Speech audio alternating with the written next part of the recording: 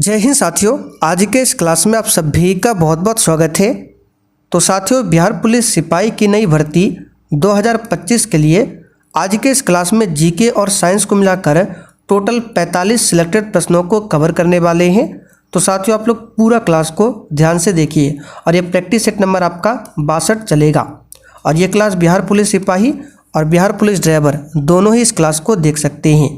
तो चलिए, रात के 8 बज चुके हैं, फटाफट से आप लोग लाइव चैट के साथ जुड़ जाइए। तो साथियों, आज का पहला क्वेश्चन देखिए, निम्नलिखित में से कौन सा यूरोप में सामंतवाद के उदय का प्रमुख कारण था। चलिए, सभी ऑप्शन को ध्यान से देखिए।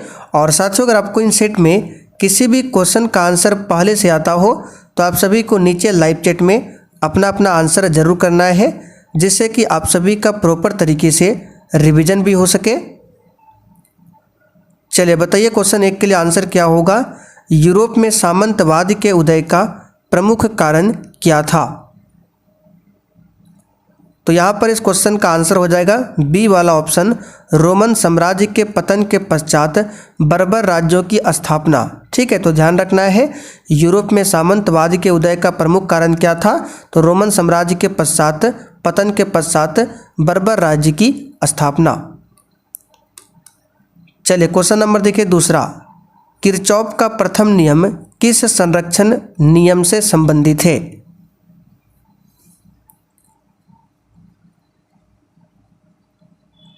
तो देखिए, किरचॉफ का 2 नियम है।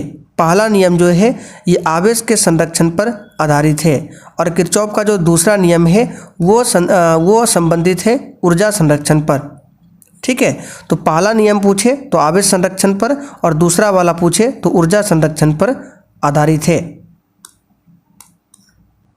तीसरा क्वेश्चन है, वंशागति के क्रोमोसोमवाद का सिद्धांत किसने प्रस्तुत किया था। चलिए, क्वेश्चन 3 के लिए आप लोग आंसर कीजिए, एक भी क्वेश्चन को छोड़ना नहीं है। वंशागति के क्रोमोसोमवाद का जो सिद्धांत है ये प्रस्तुत किया था किसने, तो सटन एवं बोवेरी ने।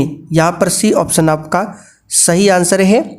मेंडल को आनुवंशिकता का जनक माना जाता है।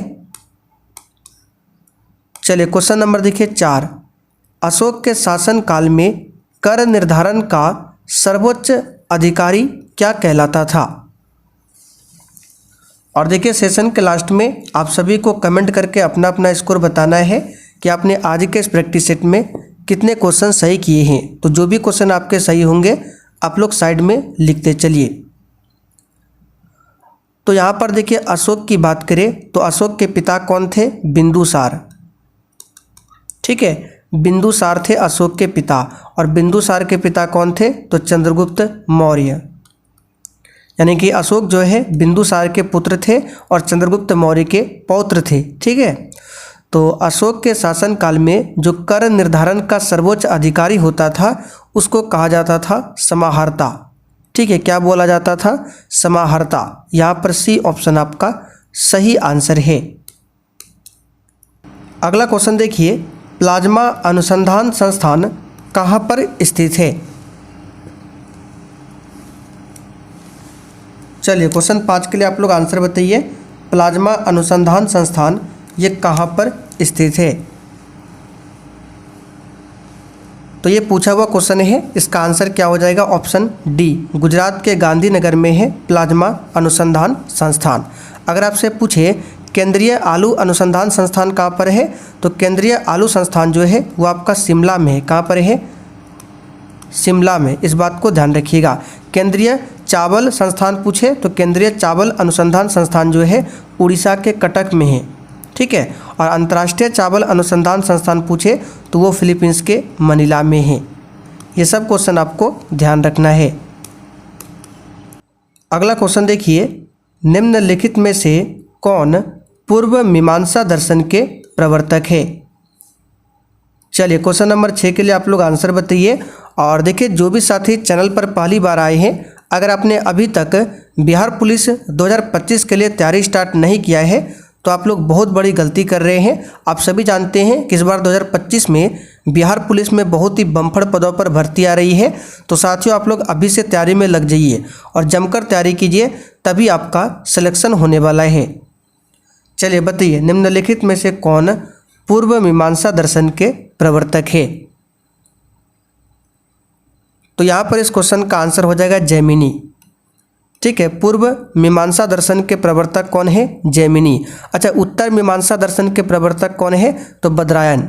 ठीक है, बदरायन जो है उत्तर मीमांसा दर्शन के प्रवर्तक है, जैमिनी पूर्व मीमांसा दर्शन के प्रवर्तक है। और गौतम मुनि की बात करें तो ध्यान रखिएगा, न्याय दर्शन के प्रवर्तक है गौतम मुनि। कपिल मुनि की बात करें तो सांख्य दर्शन के प्रवर्तक है। और पतंजलि की बात करें तो योग दर्शन के प्रवर्तक है। ये सब क्वेश्चन आपको ध्यान रखना है। हमारे संविधान के किस अनुच्छेद में पर्यावरण का संरक्षण तथा संवर्धन उपबंधित है?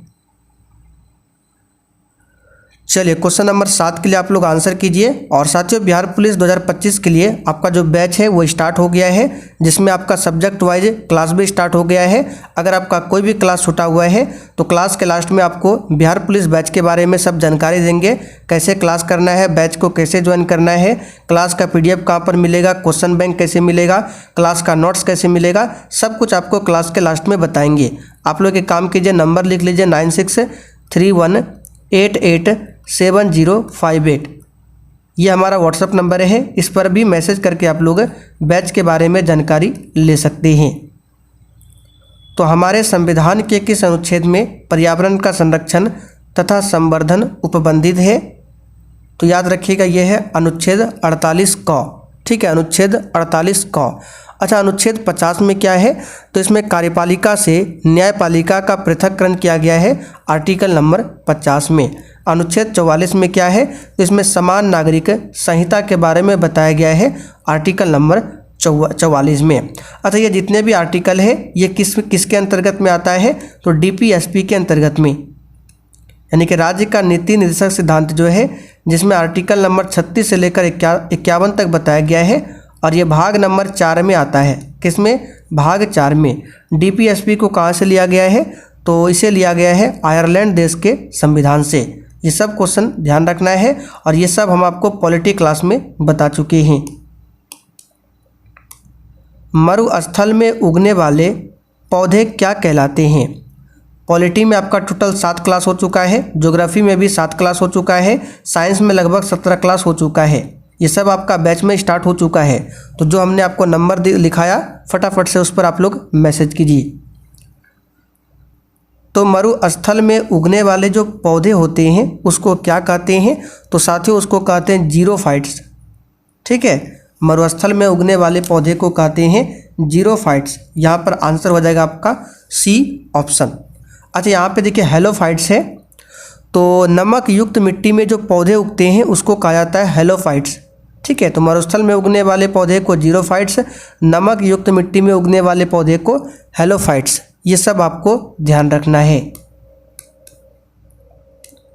दूरदृष्टि दोष के संबंध में निम्नलिखित में से कौन सही है? चलिए बताइए इसका आंसर। और जैसे ही क्लास खत्म होगा इसका PDF आपको मिल जाएगा आंसर के साथ में। तो दूरदृष्टि दोष के संबंध में, तो सबसे पहले दूरदृष्टि दोष की बात करें, इसके निवारण के लिए कौन सा लेंस होता है? उत्तल लेंस। और निकट दृष्टि दोष के लिए अवतल लेंस। ठीक है, निकट दृष्टि दोष के लिए अवतल लेंस, दूरदृष्टि दोष के लिए उत्तल लेंस। ये आपको ध्यान रखना है। तो दूरदृष्टि दोष के संबंध में कौन कथन सही है? तो यहाँ पर देखिए, लेंस की गोलाई कम हो जाती है, ये तो बिल्कुल सही है। लेंस की फोकस दूरी बढ़ जाती है, ये भी सही है। लेंस की क्षमता घट जाती है। दूरदृष्टि दोष में ये सब सही है। तो आंसर यहाँ पर क्या हो जाएगा? D option. अच्छा, दूरदृष्टि दोष को इंग्लिश में क्या कहते हैं? तो हाइपरमेट्रोपिया। तो कभी कभी इंग्लिश में डायरेक्ट इस तरह से लिख देगा, तो आपको इंग्लिश नाम भी याद रखना, हाइपरमेट्रोपिया। ये दूरदृष्टि दोष का क्या है? इंग्लिश नाम है। और इसके निवारण के लिए है उत्तल लेंस। अच्छा, निकट दृष्टि दोष को क्या कहते हैं? तो मायोपिया। मायोपिया। और इसके लिए निवारण के लिए है अवतल लेंस। ठीक है, अवतल लेंस। सत्रिया किस राज्य की शास्त्रीय नृत्य शैली है?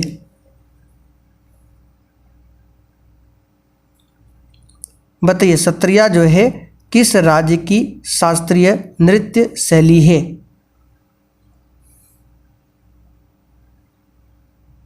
आंसर हो जाएगा असम।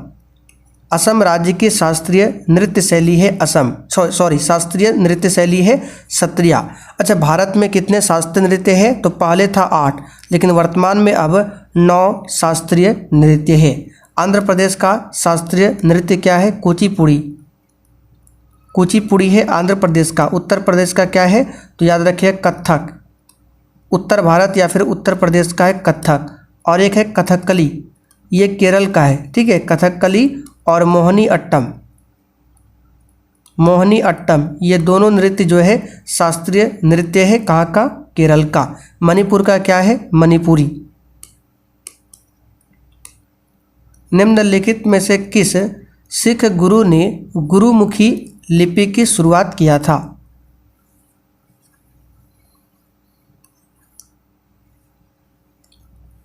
तो ये क्वेश्चन हम करा चुके हैं। इसका आंसर हो जाएगा गुरु अंगद देव ने। ठीक है, क्या हो जाएगा?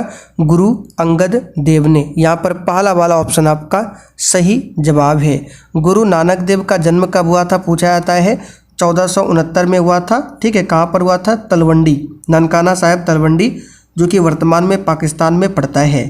तो 1469 में गुरु नानक देव का जन्म हुआ था। गुरु गोविंद सिंह सिखों के 10वें गुरु थे और आखिरी गुरु थे। ठीक है, इनका जन्म कब हुआ था? 1666 में हुआ था पाटलिपुत्र में। इनकी मृत्यु कहाँ पर होती है? तो पूछा जाता है गुरु गोविंद सिंह की मृत्यु कहाँ पर हुई थी? तो महाराष्ट्र में। ठीक है, महाराष्ट्र में कौन से स्थान पर हुआ था? आप लोग कमेंट करके बताइए। तो किसी भी राजनीतिक दल को राष्ट्रीय दल बनने के लिए कितने राज्यों में मान्यता जरूरी है?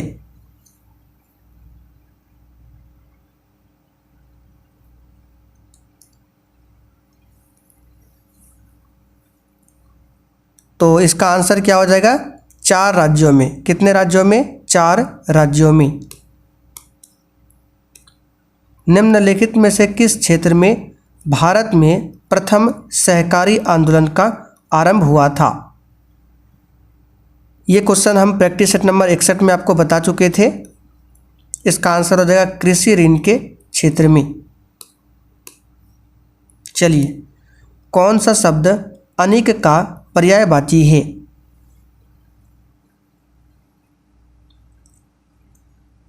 तो अनेक का पर्यायवाची यहाँ पर हो जाएगा सेना। ठीक है, सेना का पर्यायवाची होता है अनेक। अग्रज का विलोम शब्द क्या होगा? इसका आंसर है अनुज। अग्रज का उल्टा क्या होता है? अनुज। जिसकी उपमा ना हो इसके लिए एक शब्द क्या होगा?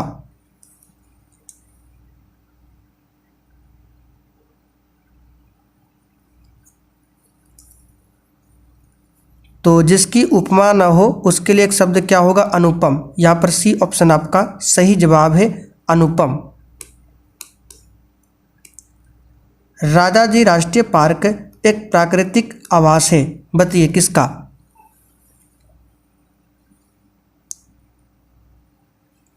आंसर है एशियाई हाथी का। किसका है? एशियाई हाथी का। अच्छा, एशियाई शेर के लिए कौन सा अभयारण्य है? तो इसके लिए गिर राष्ट्रीय अभयारण्य है एशियाई शेर के लिए प्रसिद्ध। और ये कहाँ पर है गिर? तो गुजरात में। ठीक है, बांदीपुर पूछा जाता है राष्ट्रीय अभयारण्य कहाँ पर है? तो ये कर्नाटक में है बांदीपुर। गिर कहाँ पर है? तो ये गुजरात में है। अच्छा, एक सींग वाला जो गेंडा होता है उसके लिए कौन सा अभयारण्य है? तो उसके लिए आपका है कौन सा, जो कि असम में है? तो असम में एक है आपका मानस। ठीक है, एक है मानस और दूसरा क्या है बताइए कमेंट करके आप लोग। तो चलिए, काजीरंगा बिल्कुल सही है, काजीरंगा। असम में 2 नेशनल पार्क प्रसिद्ध है। एक काजीरंगा है जो कि एक सींग वाले गेंडे के लिए प्रसिद्ध है काजीरंगा, और दूसरा है आपका मानस नेशनल पार्क। ये दोनों कहाँ पर है? असम में। भारत की सबसे ऊंची मीनार कौन सी है? तो भारत की सबसे ऊंची मीनार है कुतुब मीनार। सिंपल सा क्वेश्चन है, कुतुब मीनार। निम्नलिखित में से कौन सी मिस्र की स्थानीय पवन है? चलिए आज क्वेश्चन का ज़्यादा डिस्कस हम नहीं करेंगे, इसका आंसर हो जाएगा खमसीन। ये मिस्र का स्थानीय पवन है। लोकसभा के स्पीकर का निर्वाचन होता है। देखिए पॉलिटी क्लास में इसका हम पूरा डिटेल में डिस्कशन कर चुके हैं, इसलिए आपको बोलते हैं कि आपने पॉलिटी क्लास को नहीं किया है तो जाकर कीजिए। टोटल 7 क्लास हो चुका है और बिल्कुल शुरुआत से करना है। ये सब क्लास आपको बिहार पुलिस के बैच में मिल जाएगा।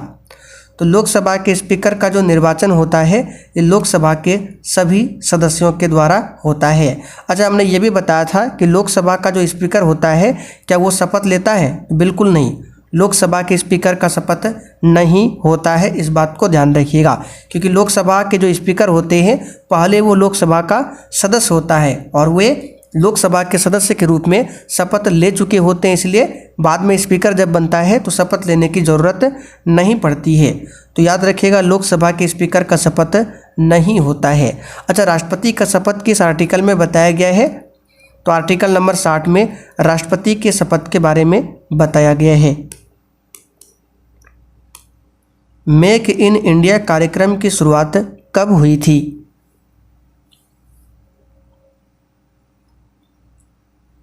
आंसर है 25 सितंबर 2014 को। ठीक है, मेक इन इंडिया कार्यक्रम की शुरुआत होती है 25 सितंबर 2014 को। अफ्रीका में आसवान डैम द्वारा बनाई गई झील कौन सी है?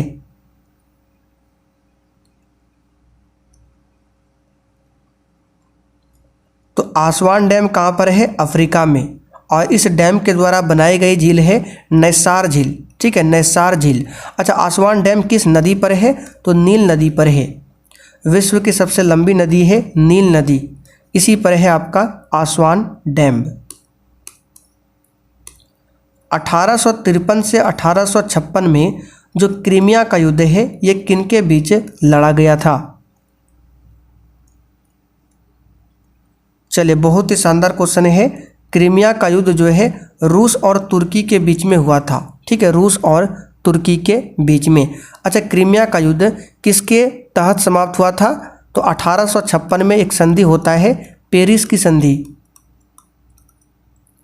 ठीक है, 1856 में पेरिस की संधि के तहत ये क्रीमिया का युद्ध समाप्त हुआ था।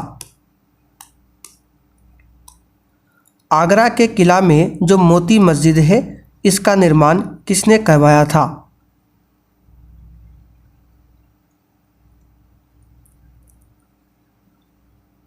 तो देखिए, एक है आगरा का किला जिसमें मोती मस्जिद का निर्माण करवाया था शाहजहां ने, और एक है दिल्ली के लाल किला में जो मोती मस्जिद है उसका निर्माण करवाया था औरंगजेब ने। ठीक है, दोनों अलग अलग है। जो दिल्ली के लाल किला में मोती मस्जिद है उसका निर्माण औरंगजेब ने करवाया था। आगरा के किला में जो मोती मस्जिद है उसका निर्माण शाहजहां ने करवाया था। अच्छा, आगरा का किला जो है, आगरा का किला, इसका निर्माण किसने करवाया था? अकबर ने। ठीक है, तो आगरा के किला का निर्माण अकबर, आगरा के किला में मोती मस्जिद शाहजहां, और दिल्ली के लाल किला में जो मोती मस्जिद है उसका निर्माण औरंगजेब। अगला क्वेश्चन, उच्चतम न्यायालय यानी कि सुप्रीम कोर्ट में कितने न्यायाधीश होते हैं? इस क्वेश्चन का भी हम डिटेल में डिस्कशन कर चुके हैं। चलिए फिलहाल यहाँ पर आंसर कीजिए। तो सुप्रीम कोर्ट में टोटल 34 जज होते हैं। ठीक है, 33 न्यायाधीश होते हैं प्लस एक मुख्य न्यायाधीश होते हैं, लेकिन यहाँ पर आपको ऑप्शन के अकॉर्डिंग चलना है तो ऑप्शन में 33 दिया हुआ है, ध्यान रखिएगा। इसमें एक क्या होते हैं? मुख्य न्यायाधीश। अच्छा, भारत में वर्तमान में कितने हाई कोर्ट है? उच्च न्यायालय है तो 25 हाई कोर्ट है, जिसमें सबसे पुराना हाई कोर्ट कलकत्ता वाला है और सबसे जो नया बना है अमरावती हाई कोर्ट है। सामान्य रूप से भारत में प्रति 5 वर्ष बाद वित्त आयोग की नियुक्ति की जाती है। वित्त आयोग के बारे में आर्टिकल नंबर 280 में बताया गया है, और वित्त आयोग की नियुक्ति जो है ये किसके द्वारा होता है ये आपको बताना है। चलिए फटाफट से आंसर कीजिए। तो वित्त आयोग की नियुक्ति जो है केंद्रीय अनुदान और संघ के राजस्व में राज्यों का अंश निर्धारित करने के लिए होता है वित्त आयोग की नियुक्ति। ओजोन छेद से क्या मतलब है?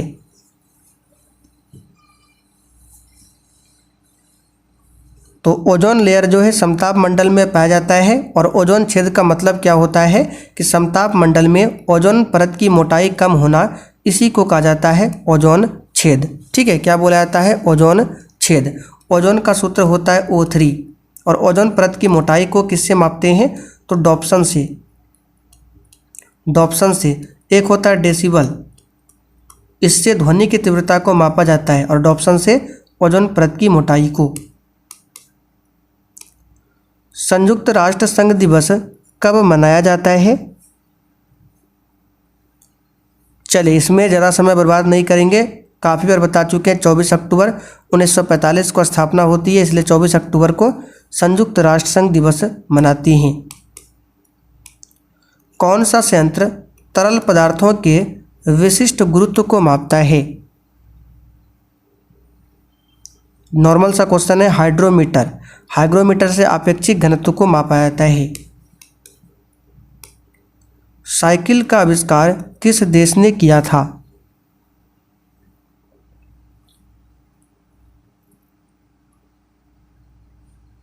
आंसर हो जाएगा जर्मनी। ठीक है, जर्मनी में हुआ था। पौधे मिट्टी में घुले हुए नाइट्रेट को अवशोषित करते हैं तथा उन्हें परिवर्तित कर देते हैं।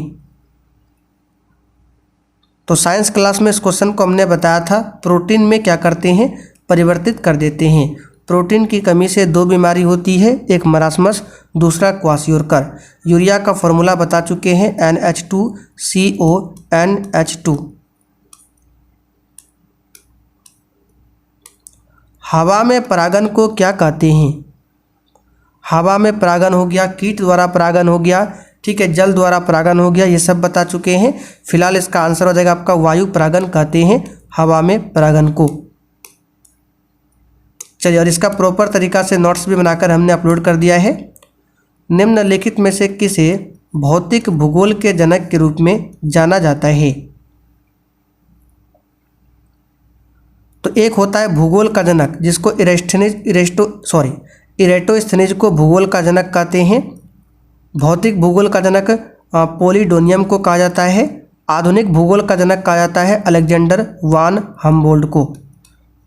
तीनों ध्यान रखिएगा, अलेक्जेंडर वान हम्बोल्ट, इसको बोला जाता है आधुनिक भूगोल का जनक। इरेटोस्थनीज को सिर्फ भूगोल का जनक, पोलिडोनियम को भौतिक भूगोल का जनक। तो ये सब आपको याद रखना है। लेटर्स ऑन इंग्लिश ये किसकी रचना है? तो ये वॉल्टेयर की रचना है, लेटर्स ऑन इंग्लिश। चलिए इस क्वेश्चन पर स्टार मार्क कीजिए। प्लाज्मा अनुसंधान संस्थान कहाँ पर स्थित है? तो ये हो जाएगा गांधीनगर, गुजरात। सर्वोच्च न्यायालय का न्यायाधीश अपने पद से त्यागपत्र किसको लिखकर देता है? अगर आपने पॉलिटी के सभी क्लास को देखा है तो बिल्कुल आराम से आंसर बता सकते हैं, राष्ट्रपति को। किसको? राष्ट्रपति को। ठीक है। अच्छा, सर्वोच्च न्यायालय के गठन के बारे में किस अनुच्छेद में बताया गया है? तो आर्टिकल नंबर 124 में। भारत के संविधान का कौन सा अनुच्छेद भारतीय निर्वाचन आयोग की स्थापना से संबंधित है?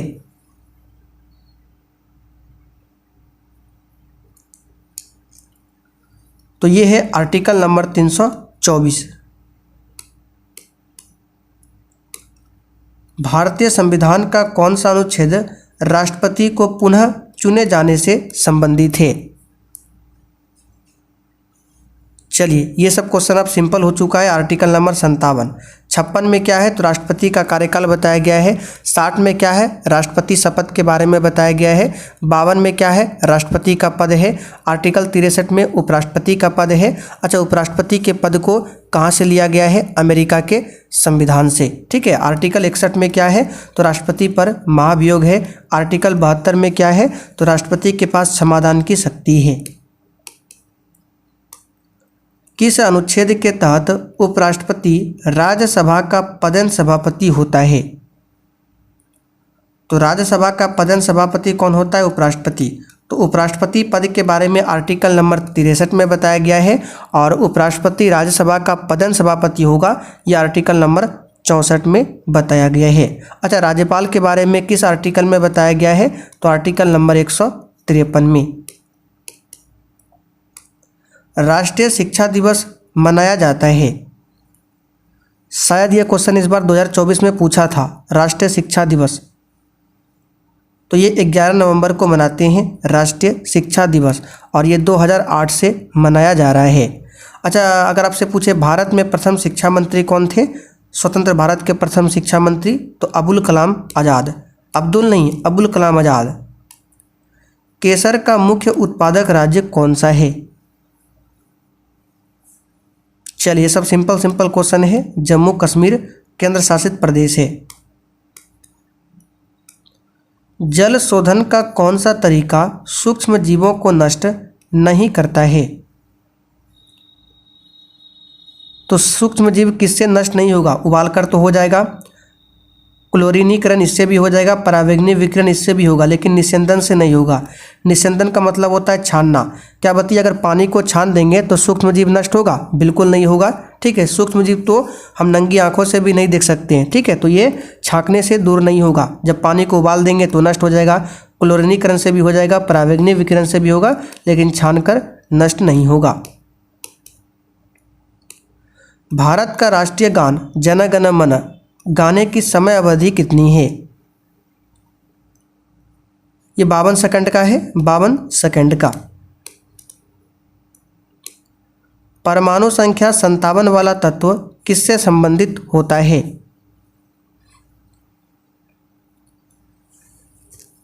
तो परमाणु संख्या जो 57 वाला, ठीक है, तत्व है, किससे संबंधित है आपको बताना है। अच्छा, डी ब्लॉक में कितने तत्व होते हैं? तो इसमें 40 तत्व होते हैं डी ब्लॉक में, और इसको कहा जाता है संक्रमण तत्व। संक्रमण तत्व कहा जाता है डी ब्लॉक के तत्व को, ध्यान रखिएगा। तो चले साथियों, आज के लिए इतना ही रहने देते हैं। अब आप लोग कमेंट करके बताइए आपने 45 क्वेश्चन में से आज कितने क्वेश्चन सही किए हैं। और देखिए, जिनको भी बिहार पुलिस बैच के बारे में जानना है, आइए थोड़ा सा आपको बता देते हैं। तो देखिए, सबसे पहले आपको क्या करना है, प्ले स्टोर पर इस एप्लीकेशन को सर्च करके डाउनलोड कर लेना है। ठीक है, सक्सेस वर्ल्ड MCQ नाम है, इसका लिंक डिस्क्रिप्शन बॉक्स में भी मिल जाएगा। तो अपने मोबाइल में डाउनलोड करने के बाद जैसे आप लोग ओपन करेंगे तो आपको ऑल कोर्स पर क्लिक करना है। तो ऑल कोर्स पर क्लिक करने के बाद आपके सामने 2 कोर्स शो हो जाएगा। नीचे एक और कोर्स है, तो ऊपर वाला बिहार पुलिस का, इस पर बाय नाउ करके पेमेंट करके आप इस बैच को ले सकते हैं।